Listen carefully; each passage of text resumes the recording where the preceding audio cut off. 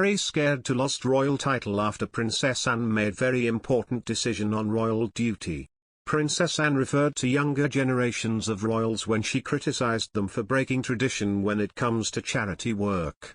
Princess Anne, known for representing humanitarian causes for the royal family for over 50 years, didn't name names, but it's anyone's guess who she was talking about. Prince Harry and Meghan aren't exactly popular with the royal family at the moment. After their sudden departure last winter, dubbed Megxit, there may be a bit of bitterness between them and the rest of the royal family. Does that mean Princess Anne snubbed her nephew and his wife? Let's take a look. As Prince Harry and Meghan Markle settle into their new American life, they're trying to get film productions and charity projects off the ground. They signed a deal with Netflix to produce upcoming programming and documentaries that informs but also gives hope to viewers. Prince Harry and Meghan are also active in charity work. They worked closely with Invictus Games, a multi-sport event that Prince Harry created to honor wounded service members. With their Netflix deal, their outreach could seem to be more media-focused, ruffling the feathers of older, more low-key royals like Princess Anne. Princess Anne helmed over 200 charity projects during her life as a royal.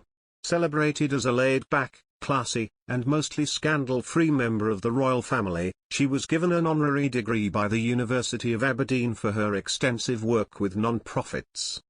Thus, she knows a thing or two about charity work as a member of the royal family. Despite having a track record for breaking rules, from speeding tickets to being the first royal to participate in the Olympics, she thinks some rules should be stuck to and younger royals shouldn't try to reinvent the wheel. You don't necessarily look at the previous generation and say, "Oh, you did that? Or you went there?" Nowadays, they're much more looking for, "Oh, let's do it in a new way," she said in an interview with Vanity Fair, adding, "Some of these things don't work. You may need to go back to basics." Princess Anne headed to Cardiff to support Scotland in the Six Nations rugby tournament on Saturday. The Princess Royal, 71, donned a navy blue double-breasted tartan suit, teamed up with a roll-neck jumper and sensible black polished shoes. She had her traditional updo hairstyle matched with a neutral makeup look with a hint of pink lipstick.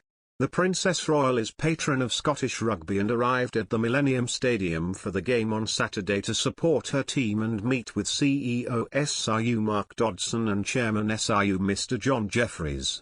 Scotland played Wales and unfortunately Anne was left disappointed as her team lost with 17 points compared to Wales with 20.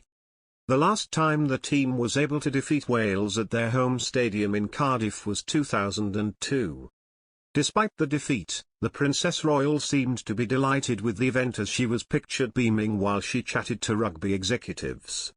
Though the royal is a regular to the Scots Rugby Games, Anne was never intending to attend the Six Nations match as she was expected to fly to Beijing for the Winter Olympics.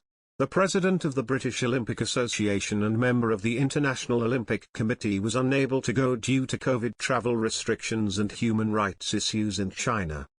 The former Olympian who lives at Gatcombe Park in Gloucestershire was the first royal to represent Great Britain in the Olympics when she competed in the three-day equestrian in 1976 at the Montreal Games. A statement released by Buckingham Palace said that Anne was disappointed that she could not attend the Games. Amid ongoing disputes over human rights violations in China, Boris Johnson announced in December that the UK would effectively join a diplomatic boycott of the Games in Beijing by refusing to send officials to China.